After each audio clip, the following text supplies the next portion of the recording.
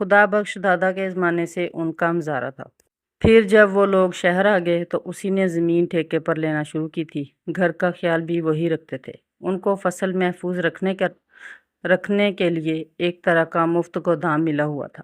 وہاب نے اپنی سمجھ کے مطابق گھر کا سارا راشن خریدا، بینک سے پیسے نکلوائے، راستے بھر مختلف معلومات بھی لیتا رہا۔ ان سے کہا کہ باقی سارا گھر پہلے کی طرح انہی کے تصرف میں رہے گا، سوائے کمرے اور پرانی طرز کے باورچی خانے کے۔ بدلے میں صرف تحفظ و تعاون چاہیے تھا۔ میں بہت جلد دادی کو منا کر یہاں سے لے جاؤں گا۔ نہ پتر، یہ ان کا اپنا گھر ہے، جب تک چاہیں وہیں رہیں۔ گھر پہنچ کر اس نے سارا سامان چارپائیوں پر رکھا اور اجازت چاہی۔ اماں جی رنجیدہ ہو گئیں۔ آنکھیں بند ہونے سے پہلے پہلے آ جانا۔ آپ کو ابھی بھی لگتا ہے میں آپ کو چھوڑ دوں گا؟ وہ بھی جذباتی ہو گیا۔ تم پر بہت اعتبار ہے، سانس پر اعتبار نہیں میرے بچے۔ وہ چلا گیا اور نین تارا کو یوں لگا جیسے اسے کھل کے سانس آنے لگی ہو۔ اللہ جی، یہاں پر میرے کرتوت کبھی کسی کو پتہ نہ چلیں۔ اسے اندازہ ہو گیا تھا کہ نانی لوگوں سے بچانے کے لیے اسے یہاں لائی ہیں۔ اس نے بوڑھے ہاتھ چومے اور الفتا یہ سارا قصہ انہیں سنا دیا۔ تارا، عورت کی عزت و حرمت ململ کا کپڑا ہوتی ہے، معمولی کانٹا بھی اس میں چھید کر دیتا ہے، اور تم اسے جھاڑو پر گھسیٹ لائی ہو۔ اب لیرو لیر ٹکڑوں سے چادر کی کیسے سلائی ہوگی؟ انہوں نے تعصب سے ہاتھ ملے۔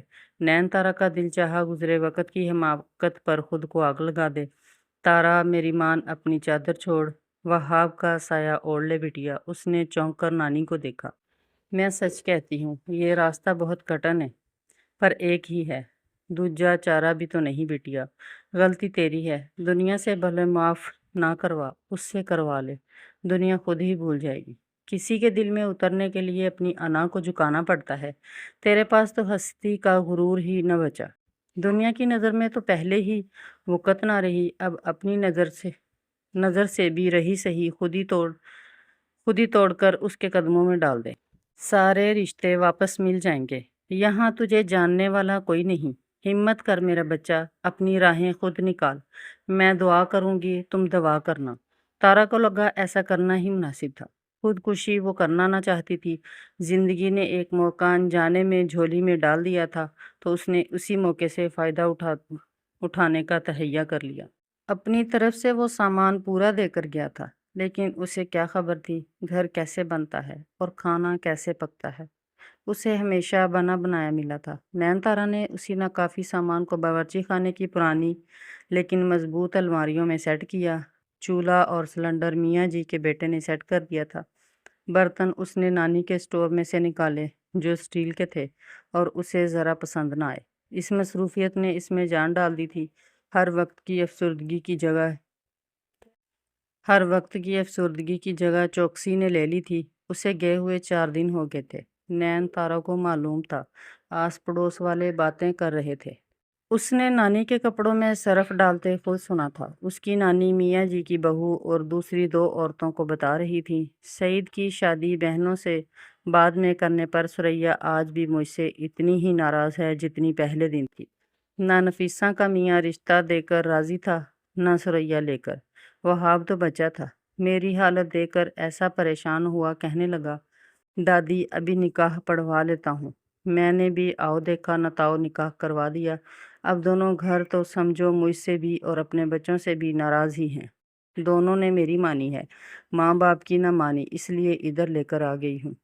نانی کے پوپلے منہ سے کی گئی وضاحت پر نین تارا کو ٹوٹ کر پیار آیا تھا۔ کئی جاننے والے ثریا اور ان کے اختلاف سے واقف تھے، چنانچہ سب نے ہی مان لیا۔ ویسے بھی سادہ سے لوگ تھے، سامنے نظر آتی چیز پر غور کرنے والے، پردے کے پیچھے کی سچائیوں کی کھوج میں نہ رہتے تھے۔ تارا نے نانی کا ریڈی میڈ سوٹ جو وہ دے کر گیا تھا پہنا اور اپنا واحد جوڑا دھو کر سوکھنے کے لیے ڈال دیا۔ گیلے بالوں کو کھلا چھوڑ کر وہ نانی کے پاس چلی آئی۔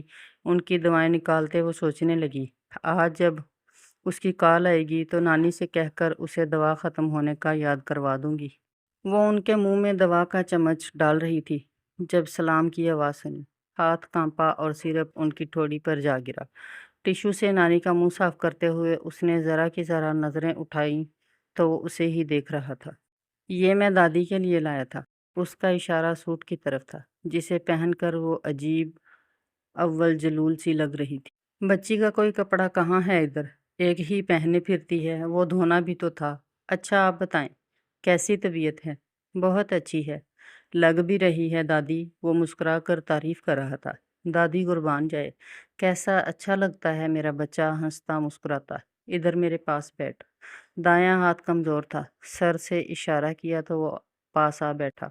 بائیں ہاتھ سے اس کی کنپٹی چھو کر دیکھی، ٹیپ اتر گیا تھا، زخم باقی تھا۔ کھانا کھائیں گے آپ؟ تارا نے پانی پلاتے پوچھا تو اپنی آواز ہی اجنبی لگی۔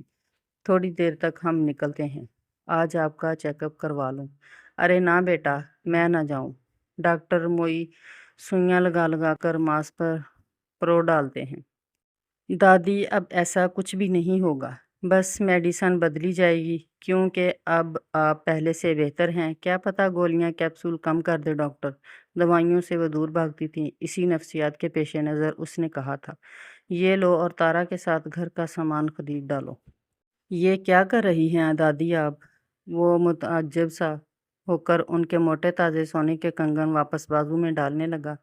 ٹھیک ہی تو کہہ رہی ہوں، کب تک خدا بخش کے گھر کی چیزیں برتیں گے، شرم ہی آتی ہے مجھے۔ چلیں بتائیں کیا لینا ہے، میں لے آتا ہوں۔ کیا لینا کی بھی خوب کہی بچے، سوئی سے لے کر فریج تک لینے والا ہے، گھر بسا نہ مقول تو نہیں ہے بیٹا۔ اوہ، اس نے سیٹی کی طرز پر ہونٹ سکیڑے، پھر جیسے فیصلہ کن بولنے کی کوشش کی۔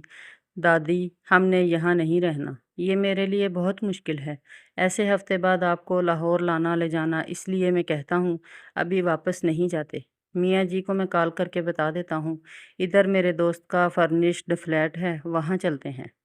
میرے بچے تھوڑی مشکل اور کاٹ لے، جیسے ہی رب سونا کوئی بال بچہ دے، اپنی بیوی بچے کو اٹھانا، ادھر لے جانا۔ جہاں نین تارا خود میں سمٹی، وہیں اسے سرعت سے دادی سے نظریں چرانا پڑی تھیں۔ اسپتال والے اس کے جاننے والے تھے، جب ہی تو تسلی سے پرائیویٹ روم میں بیٹھ کر وہ گھریلو باتیں چھیڑے بیٹھے تھے۔ بوڑھی نظروں نے اس کے انداز میں جانے کیا دیکھا کہ تھر تھراتی آواز میں پوچھنے لگیں، وہاب تیرا کیا ارادہ ہے؟